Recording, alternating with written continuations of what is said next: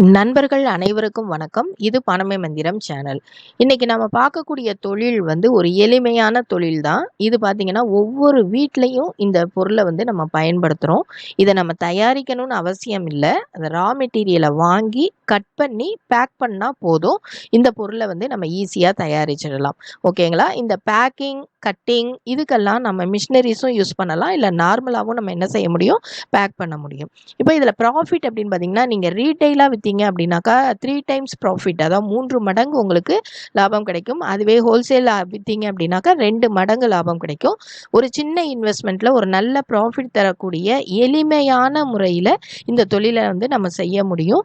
வீட்டில் இருந்தும் இந்த தொழிலை செய்யலாம். ஆண் பெண் யாராக இருந்தாலும் செய்யலாம். இந்த பிஸ்னஸ் பற்றி நீங்கள் ஃபுல் டீட்டெயில்ஸ் தெரிஞ்சுக்கணும் அப்படின்னாக்கா சப்ஸ்கிரைப் பண்ணி பெல் பட்டனை கிளிக் பண்ணிவிட்டு வாங்க, வீடியோக்குள்ளே போகலாம்.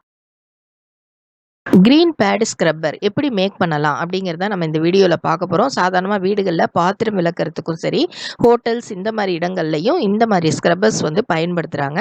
இந்த ஸ்க்ரப்பர்ஸ் தயாரிக்கிறது ரொம்ப ரொம்ப ஈஸி. சாதாரணமாக இதில் 2-3 வெரைட்டிஸ் இருக்குது. நமக்கு எந்த மாதிரி ஸ்க்ரப்பர்ஸ் வேணுமோ அதுக்கு தகுந்த ரோல் நம்ம வாங்கிக்கலாம். இந்த ரா மெட்டீரியல் அப்படிங்கிறது உங்களுக்கு இந்த மாதிரி ரோலாக கிடைக்கும். வாங்கிட்டு இதை நம்ம என்ன செய்யணும்னா சின்ன சின்ன பீசஸாக நம்ம கட் பண்ணிக்கணும். இதில் என்ன அகலம் வேணும், என்ன நீளம் வேணும் அப்படிங்கிறத பொறுத்து இதை நம்ம என்ன செஞ்சுக்கலாம், வாங்கிக்கலாம். நீங்கள் இந்த ப்ராடக்ட் டீட்டெயில் வேணும் அப்படின்னாக்கா இதை கொஞ்சம் நேரம் பாஸ் பண்ணி வச்சு கூட நீங்கள் இதை என்ன செஞ்சுக்கலாம், பார்த்துக்கலாம். இப்போ அந்த மாதிரி ரோலாக வாங்கி நம்ம தேவையான அளவில் என்ன செஞ்சுக்கிறோம், கட் பண்ணிக்கிறோம். ஏன்னா நீங்கள் ஸ்க்ரப்பர் நிறையவே பார்த்துருப்பீங்க. அது என்ன அளவில் இருக்கோ அந்த அளவுக்கு நீங்கள் என்ன செஞ்சுக்கலாம், இதை கட் பண்ணிக்கலாம்.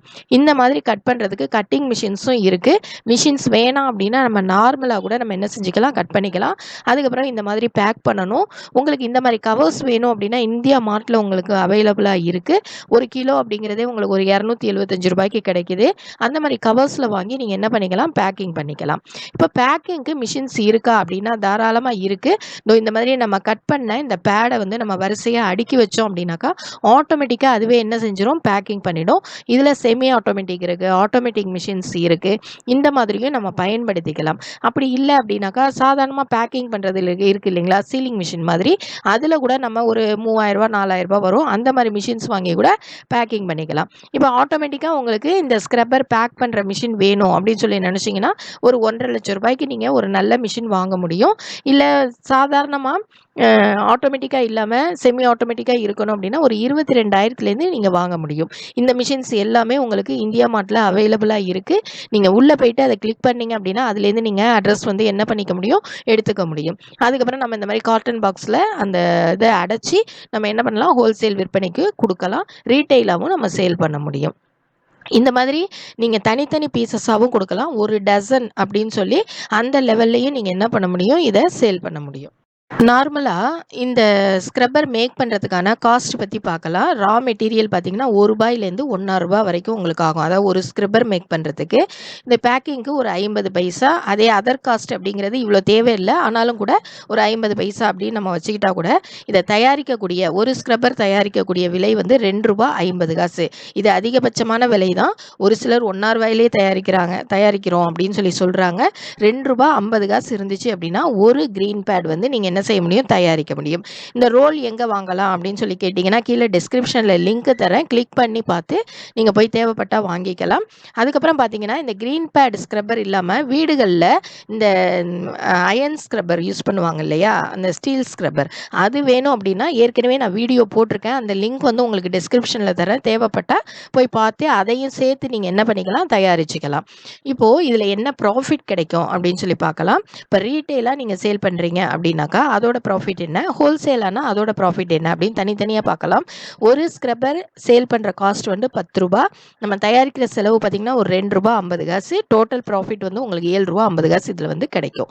அதுவே நீங்கள் ஹோல்சேலாக விற்கிறீங்க அப்படின்னாக்கா ஒரு ஸ்க்ரப்பர் நீங்கள் ₹7 நீங்கள் கொடுக்க வேண்டியதாக இருக்கும். இப்போ தயாரிப்பு செலவு ஒரு ₹2,000. அப்போ ப்ராஃபிட் பார்த்திங்கன்னா ஒரு ₹4.50 அந்த மாதிரி இருக்கும். சாதாரணமாக பார்த்திங்கன்னா ஹோல்சேலாக விற்கிறதுக்கும் ரீட்டெயிலாக விற்கிறதுக்கும் என்ன வித்தியாசம் அப்படிங்கிறது பார்த்திங்கன்னா, ரீட்டெயிலாக விற்கும்போது நம்ம ஒன்றா சேல் பண்ணணும். ஆனால் ஹோல்சேலாக விற்கும்போது நம்ம மொத்தமாக சேல் பண்ணுவோம். அப்போ பல்காக நமக்கு சேல்ஸ் ஆகும். அதில் நமக்கு நல்ல ப்ராஃபிட்டே கிடைக்கும்.